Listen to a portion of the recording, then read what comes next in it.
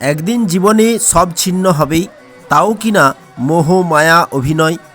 আপনার জীবনে হঠাৎ করে যদি সব কিছু উল্টো হতে শুরু করে, কাজ করেও ফল না পান, মানুষ আপনাকে ভুল বুঝতে থাকে আর মনে হয় ভাগ্যই যেন শত্রু, তাহলে শুনে রাখুন সম্ভবত আপনার জীবনে শুরু হয়েছে শনির সাড়ে সাতি। কিন্তু প্রশ্ন হলো, শনি সাড়ে সাতি শুরু হলে আসলে কি হয়? এটা কি শুধু দুঃখ দেয়, নাকি জীবনের সবচেয়ে বড় শিক্ষা? এই ভিডিওটা শেষ পর্যন্ত না দেখলে আপনি হয়তো জীবনের সবচেয়ে বড় সত্যটা মিস করবেন। জয় রাধাকৃষ্ণ বন্ধুরা, আজ আমরা জানব শনি সাড়ে সাতি কী, কবে শুরু হয়, উদয়, শিখর, অন্তিম পর্যায়ে কী কী ঘটে মানুষের সাথে, এবং সবচেয়ে গুরুত্বপূর্ণ এই সময় কোন ভুলগুলো একদমই করা যাবে না এবং কি কি মনে রাখা জরুরি। প্রথমে জানব শনি সাড়ে সাতি আসলে কী। শনি সাড়ে সাতি মানে 7 বছর 6 মাসের এক বিশেষ সময়, যখন শনিদেব আপনার জন্মচন্দ্র রাশির থেকে দ্বাদশভাবে নিজ রাশিতে এবং দ্বিতীয়ভাবে অবস্থান করে, তাকে শনির সাড়ে সাতি বলে। এই সময়টা শাস্তির নয়, এটা আসলে পরীক্ষার সময়। শনিদেব কাউকে অকারণে কষ্ট দেয় না। শনিদেব দেখে আপনি জীবনে কতটা দায়িত্বশীল, কতটা সৎ আর কতটা ধৈর্যশীল। জ্যোতিষশাস্ত্র মতে শনি অশুভ গ্রহ। শনিদেবের বিশেষ দৃষ্টিও রয়েছে, যা তৃতীয়, সপ্তম, দশম দৃষ্টি নামে পরিচিত। শনিদেব এক জায়গাতে বসেই 4টি রাশিকে প্রভাবিত করতে পারে, আর শনির দৃষ্টি যেই ঘরে পড়ে সেই বিষয়ে সতর্ক হওয়া উচিত ব্যক্তিকে। এবং সাড়ে সাতিতে শনিদেব যে ফলই দান করে তা কিন্তু দীর্ঘস্থায়ী হয়। শনির সাড়ে সাতির প্রথম চরণ অর্থাৎ উদয় পর্যায় কি এবার জানব। প্রথম 2.5 বছর শনি যখন দ্বাদশভাবে গোচর করে, অর্থাৎ মনে করুন আপনার রাশি মেষ, তো মেষ থেকে 12 নম্বর ঘরে শনি থাকবে, মীন রাশিতে থাকবে, তো এটাকে প্রথম চরণ বলে। সাড়ে সাতির প্রথম চরণে দ্বিতীয়, ষষ্ঠ, নবম এবং দ্বাদশ স্থান সংক্রান্ত ফল প্রাপ্তিতে বাধার সম্মুখীন হতে হয় ব্যক্তিকে। সাড়ে সাতির প্রথম চরণে সাধারণভাবে লুকানো শত্রু থাকে জীবনে, উদ্দেশ্যহীন ভ্রমণটা বেশি হয়, বিরোধ ও দারিদ্র্য দ্বারা আর্থিক ক্ষতি প্রভৃতি সমস্যা আসে জীবনে। আপনার সহকর্মীদের সাথে সম্পর্ক ভালো থাকবে না সাড়ে সাতির প্রথম চরণে, এবং তারা আপনার কাজের পরিবেশে সমস্যা তৈরি করতে পারে। এছাড়াও প্রথম চরণে গার্হস্থ্য জীবনেও চ্যালেঞ্জের সম্মুখীন হবেন, যাতে আপনি চাপ ও চাপা উত্তেজনা অনুভব করবেন। সাড়ে সাতির প্রথম চরণে খরচ নিয়ন্ত্রণ করতেই হবে ব্যক্তিকে, অন্যথায় বড় আর্থিক সমস্যা ধারণ করতে পারে। দূরে ভ্রমণের জন্য সময়টা ফলপ্রসূ থাকে না। শনিদেবের প্রকৃতিই হচ্ছে বিলম্ব এবং নিরাশা, হলেও যারা ধৈর্য ধরবেন তো অবশ্যই ফলাফল পাবেন। মনে রাখবেন, প্রথম চরণে ব্যক্তি সময়টাকে জানতে কাজে লাগান এবং দক্ষভাবে কর্ম করে চললে সব কিছু ঠিকঠাক জায়গায় থাকবে। সাড়ে সাতির প্রথম চরণে ব্যবসার বিষয়ে কোনো ঝুঁকি নেবেন না, বরং সেফটি দেখুন। কাজে কোনো শর্টকাট গ্রহণ করবেন না, যা বিপদকে আরও বাড়ায়। বন্ধুরা, ব্যর্থতাই সাফল্যের সিঁড়ি, একথা মেনে নিন। ভেবে দেখুন ভুলটা কোথায়, তাই নিজেকে শোধরান। সময় থাকতে থাকতে প্রথম চরণে এক্স্যাক্টলি কী কী ঘটে মানুষের সাথে জানব। 1. মনটা হঠাৎ ভারী হয়ে যায় ব্যক্তির, কারণ ছাড়াই দুশ্চিন্তা তৈরি হয় মনে। রাতের ঘুম কমে যাওয়া, একা থাকতে ভালো লাগা। শনি এখানে মন পরীক্ষা করেন প্রথম চরণে। দ্বিতীয়ত, ব্যক্তি কাজ করেও ফল পায় না, পরিশ্রম করছেন কিন্তু রেজাল্ট নেই আশা অনুরূপ। বস বা অফিসে আপনাকে গুরুত্ব কম দেওয়া, নিজেকে অবমূল্যায়িত মনে হওয়া। শনি দেখেন ফল না পেয়েও ব্যক্তি কতটা সৎ ও সততা বজায় রাখতে পারে। দ্বিতীয়ভাবে দৃষ্টি পড়ে, তাই ব্যক্তি প্রথম চরণে খাবারের অনিয়ম করে, যার থেকে গ্যাস এবং দাঁতের সমস্যা বাড়ে। বাকসংযম না রাখলে ক্ষতি হয় নিশ্চিত।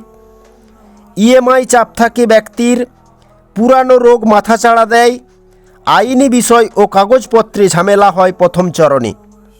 তৃতীয়, মানুষ ভুল বুঝতে শুরু করে, আপনার কথাকে অন্যভাবে নেয় মানুষ। কাছের মানুষও দূরে সরে যায়, বিশ্বাসে ফাটল ধরে। এখানে শনিদেব রিলেশনশিপের টেস্ট করে। প্রথম চরণে অর্থ আসলেও হাতে থাকে না, অর্থাৎ অপ্রত্যাশিত খরচ হয়ে যায় বা দায়টা বেড়ে যায়, সেভিংস করা কঠিন হয়ে পড়ে। শনি এখানে শেখান টাকার মূল্য কতটা জীবনে। 5 নম্বর, 7.5 প্রথম চরণে নিজের ওপর সন্দেহ তৈরি হয়। আমি কি ঠিক করছি? সিদ্ধান্ত নিতে ভয় থাকে, আত্মবিশ্বাস কমে যায়। শনিদেব এখানে সেলফ ওর্থ টেস্ট নেয়। প্রথম চরণে ব্যক্তি বিশ্রাম পায় না, নৈতিক দ্বন্দ্ব বাড়ে। প্রথম চরণে শনিদেব যে পরীক্ষা নেয় তা হলো ছোট ছোট সমস্যা দিয়ে দেখেন আপনি তাড়াতাড়ি ভেঙে পড়েন না শান্ত থাকেন। রেগে গেলে সমস্যাটা বাড়ে, সহ্য করলে শনিদেব নরম হন। প্রথম চরণে শনিদেবের পরীক্ষা আপনি মিথ্যা বলে বেরোতে চান কি না দেখে শনিদেব। আপনি কষ্ট পেলেও সম্পর্কে সম্মান রাখেন কি না। বাবা মা গুরুজনের প্রতি আপনার আচরণটা কেমন। 7.5 প্রথম চরণে দায়িত্ববোধের পরীক্ষা নেয় শনিদেব। দায়িত্ব এড়িয়ে যাচ্ছেন নাকি দায়িত্ব নিলেও অভিযোগ করছেন। শনিদেব শেখান দায়িত্ব নিন প্রথম চরণে, কৃতিত্ব কিন্তু পরে আসবে। দশম দৃষ্টি নবম ভাবে, তাই ভাগ্যের জোরে কিছুই হবে না, এই অনুভূতি অবশ্যই আসবে ব্যক্তির জীবনে। 7.5 প্রথম চরণে মানসিক শক্তিরও পরীক্ষা চলে, কতটা নেগেটিভ হয়ে পড়ছেন জীবনে না নিজেকে সামলাচ্ছেন। প্রথম চরণ মানেই মন তৈরি করার সময়। মনে রাখবেন প্রথম চরণে অর্থাৎ উদয় পর্যায়ে যে ভুলগুলো বিপদ বাড়ায়, খুব গুরুত্বপূর্ণ পয়েন্ট, যেমন কি রাগ বেড়ে যাওয়া, অহংকার করা, বাবা মায়ের কথাকে অবহেলা করা, অসহায়কে কষ্ট দেওয়া এবং হাল ছেড়ে দেওয়াই এই সব কিছু বিপদকে বাড়ায়। দশম দৃষ্টি নবমভাবে পড়ে, তাই ব্যক্তির জীবনে প্রথম চরণে দূরযাত্রায় বাধা থাকে, বাবার স্বাস্থ্য নিয়ে চিন্তা থাকে, ধর্মে অনীহা ভাব থাকে, গুরু বা মেন্টরের সঙ্গে মতভেদ তৈরি হয়। এই সব কিছু লক্ষ্য করা যায় 7.5 প্রথম চরণে। ক্ষতি কমাতে চরিত্র ঠিক রাখুন, বাবা গুরুকে সম্মান ও সেবা দিন, ঋণ শোধে অগ্রাধিকার রাখুন। হনুমানজির পুজো দেওয়া, মন্ত্র জপ করা বা হনুমানজির মন্ত্র শ্রবণ করা, কালী পুজো দেওয়া বা যে কোনো ধার্মিক অ্যাক্টিভিটি এবং শনি স্তোত্র পাঠ করলে প্রথম চরণ কিন্তু লাভদায়ক হয় ব্যক্তির জন্য। এবার জানব শনির 7.5 দ্বিতীয় চরণ অর্থাৎ শিখর পর্যায় কি। সাধারণত এই সময় শনির প্রকোপটা বেশ কঠিন হয় ব্যক্তির জন্য, কারণ লগ্নে শনি চন্দ্রকে সরাসরি প্রভাবিত করে, যার কারণে স্বাস্থ্য সমস্যা আসে, ব্যক্তির চরিত্র হত্যা হয়, সম্পর্ক নষ্ট হয়ে যায়, মানসিক সমস্যায় ভোগে ব্যক্তি প্রভৃতি দুঃখজনক ব্যাপার ঘটে ব্যক্তির জীবনে। সাফল্যের ক্ষেত্রেও সময়টা কঠিন হয়। শিখর পর্যায়ে স্বাস্থ্যের নিয়মিত যত্ন নিতে হবে, নয়তো দুরারোগ্য রোগের শিকার অবশ্য হবেন। 7.5 দ্বিতীয় চরণে চিন্তা, কর্ম এবং সিদ্ধান্ত নেওয়ার ক্ষেত্রে স্বচ্ছতার অভাব দেখা যায় ব্যক্তির মধ্যে। ব্যক্তি আধ্যাত্মিকভাবে অনেকটাই আকৃষ্ট হয়ে পড়ে। স্বীকৃত বুনিয়াদির মূল সূত্র বিসর্জিত হয় এই শিখর পর্যায়ে। শিখর পর্যায়ে সাধারণত কী ঘটে? লগ্নে শনি, তৃতীয় দৃষ্টি তৃতীয় ভাবে পড়ে। তৃতীয় ভাব কিসের ঘর? না সাহস, পরিশ্রম, ভাই বোন, যোগাযোগ, উদ্যোগ ইত্যাদি। এই সময় আত্মবিশ্বাসটা কমে যায়, সাহস কম কাজ করে, যে কোনো কাজ শুরু করে অর্ধেক রেখে দিতে মন চায়। 7.5 দ্বিতীয় চরণে ভাই বোন বা কাছের আত্মীয়ের সঙ্গে মনোমালিন্য বা বড় ঘটনা ঘটে। বারবার চেষ্টা করেও ফল দেরিতে আসে। আমি পারবো না এই ভয়টা ঢুকে পড়ে 7.5 দ্বিতীয় চরণে, যা সবচেয়ে বড় ক্ষতি করে। সপ্তম দৃষ্টি সপ্তম ভাবে আসে। সপ্তম ভাব বিবাহ, জীবনসঙ্গী, পার্টনারশিপ, জনসংযোগ, ব্যবসা, ডেলি ইনকাম ইত্যাদি। তো সম্ভাব্য হানি কি হয় 7.5 দ্বিতীয় চরণে?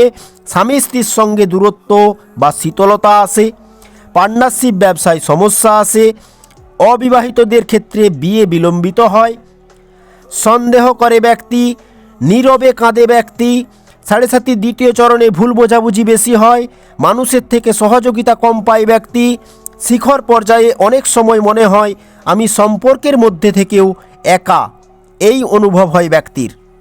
দশম দৃষ্টি দশম ভাবে পড়ছে। দশম ভাব থেকে কি দেখা হয়?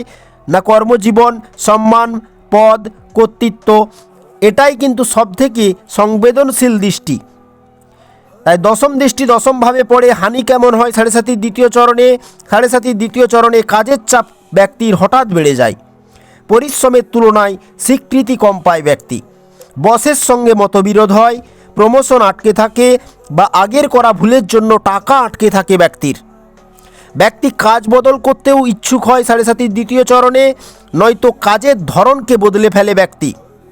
দ্বিতীয় চরণে সামান্য ভুলেও বড় সমালোচনার মুখোমুখি হতে হয় ব্যক্তিকে, এবং সাড়ে সাতির দ্বিতীয় চরণে ইমেজ ড্যামেজেরও ঝুঁকি ভীষণ থাকে।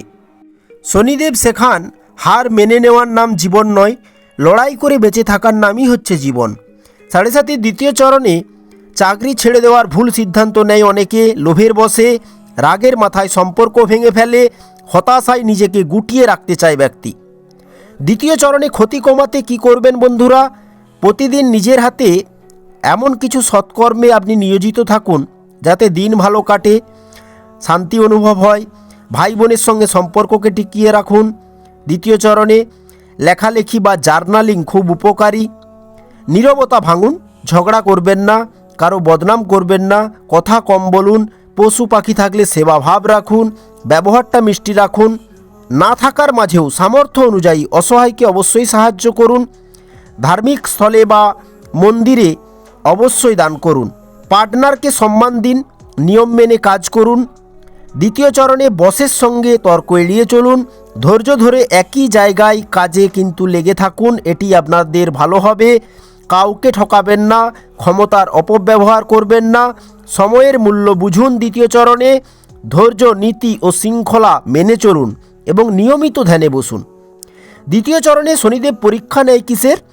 যে ব্যক্তির সাহস কতটা, আর ওই সাহস কোন কর্মে ব্যবহার করছে ব্যক্তি।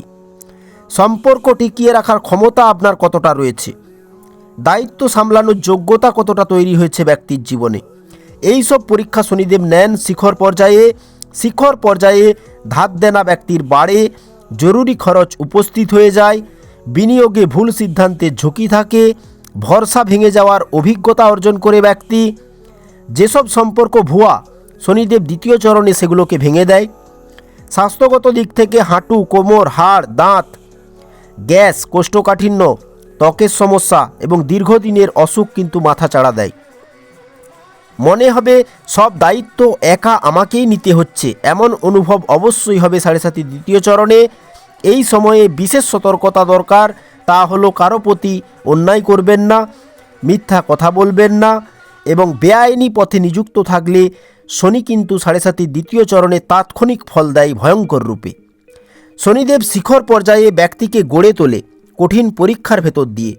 যারা শিখর পর্যায়ে টিকে যায় তারা সাড়ে সাতির শেষে মানসিকভাবে খুব শক্ত হয়, জীবনে স্থায়ী অবস্থান পায়, জীবনে আত্মসম্মান বাড়ে ও স্থিতিশীলতা আসে, বাস্তব জীবনে লিডার হতে পারে।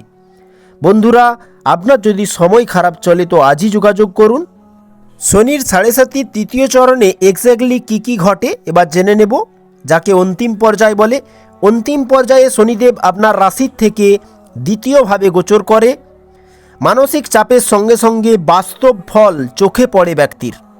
এই অন্তিম পর্যায়ে ব্যক্তি ভেতরে ভেতরে শক্ত হয়ে যায়, কথা কমে কিন্তু চিন্তা গভীর হয়, আবেগ কমে, বাস্তববাদিতা বাড়ে, কে আমার নয় পরিষ্কার বুঝতে পারে ব্যক্তি সাড়ে সাতির তৃতীয় চরণে। মনে রাখবেন, জগতে কিন্তু শত্রুতার দ্বারা কখনো শত্রুতার উপশম হয় না, মিত্রতার দ্বারাই শত্রুতার উপশম হয়। তৃতীয় চরণে অর্থনীতিকে শক্ত করতে ব্যক্তি মরিয়া হয়ে লড়ে। টাকা আটকে থাকে অনেকের, সঞ্চয় ভাঙার পরিস্থিতি আসে ব্যক্তির সামনে। পরিবারের দায়িত্বটা হঠাৎ বেড়ে যায়। পরিবারের বা আত্মীয়দের স্বাস্থ্য বা দায়িত্ব নিতে ব্যক্তিকে তৈরি হতে হয়। অর্থ অপচয়ে শনি শাস্তি দেয় সাড়ে সাতির তৃতীয় চরণে। শনির সাড়ে সাতির তৃতীয় চরণে তৃতীয় দৃষ্টি চতুর্থভাবে পড়ে।